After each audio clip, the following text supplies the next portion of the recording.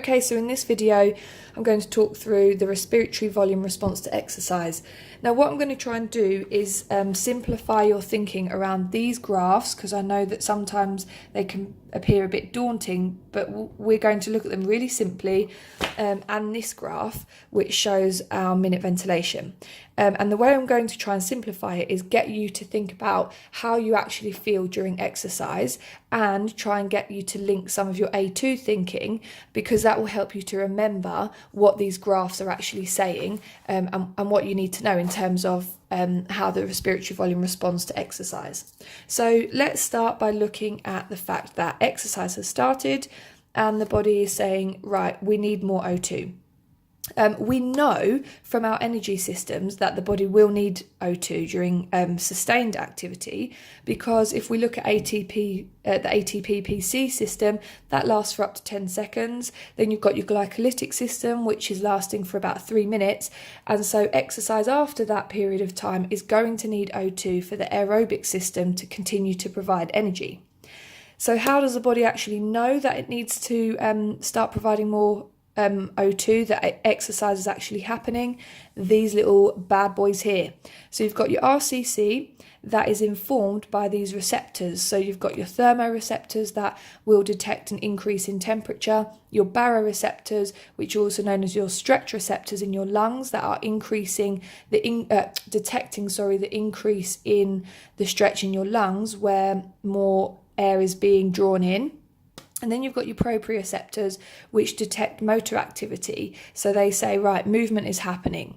And when those pick all of those changes up, we therefore know there is a need for O2. So then how does the body actually give more O2?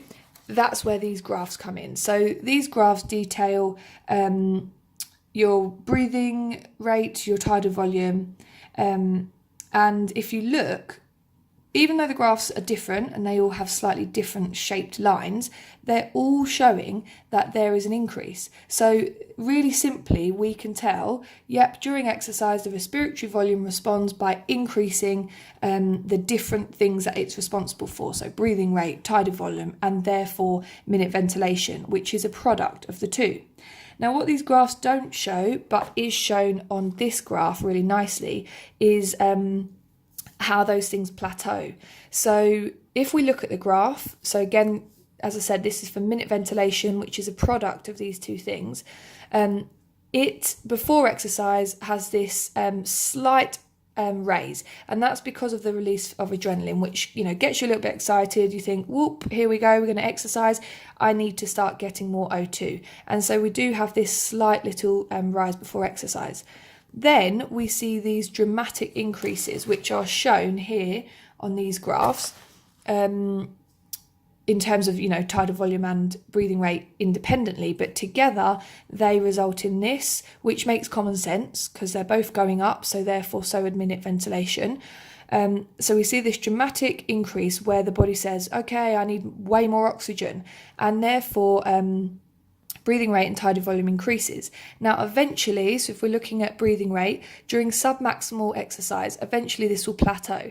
So if we look at the light exercise, which is in the graph shown on page 48, and the reason why I'm telling you that is because my graph here went a little bit wrong and my hand slipped and went down, but actually the line on page 48 is just straight across, which shows really nicely this notion of plateauing. And the reason why breathing rate plateaus at that stage is because it's increased the demand for oxygen, and now it's meeting it. So the body is saying, yep, brilliant, getting enough oxygen, please keep going at this rate so that I can continue to exercise. Now, as exercise intensity increases, that demand for O2 continues to increase too. And so you can see that at this stage here, at the different levels of exercise, intensity, there is this slight plateau where the minute ventilation sort of reaches this plateau point.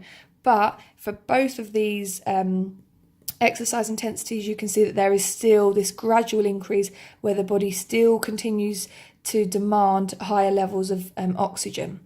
Now, when we come into recovery, and what I really like about this is it links really nicely to EPOC and recovery for A2.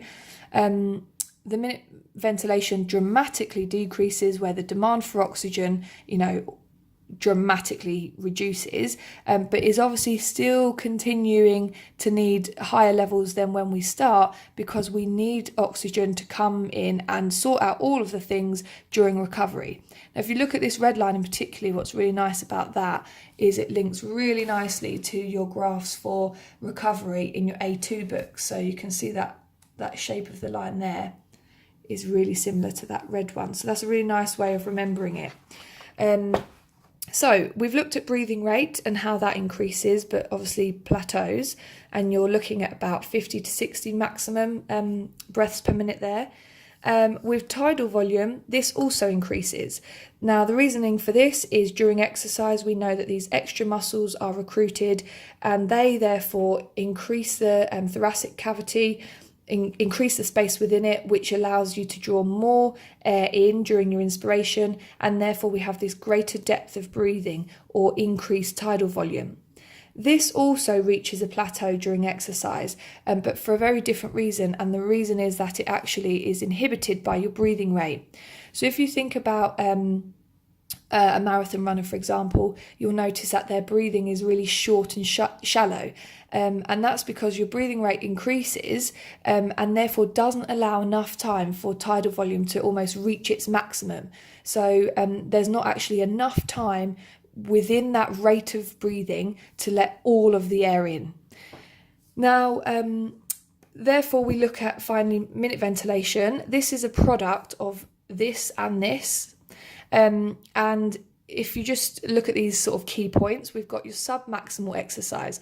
Now, during submaximal exercise, minute ventilation plateaus. We've already sort of spoken about this because the O2 demands are being met. The body is satisfied with the level of O2 that's coming in, and therefore the demands are being met and it plateaus.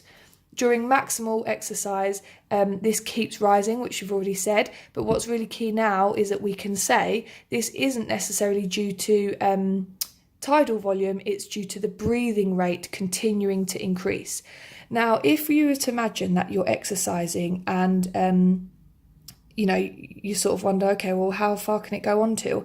If my breathing rate continued to increase, etc., and got higher and higher, eventually there would be a point where my body could not be meeting the demand for O2. So I wouldn't be getting enough O2 for the intensity that was being put upon my body. And therefore what happens? Fatigue, we stop. Okay, if we cannot provide the energy, we stop. So therefore we can actually think about CV endurance or aerobic capacity and the link here between the impact of the response, respiratory volume response to exercise, and how that can inhibit or indeed help elite athletes if these are at higher levels.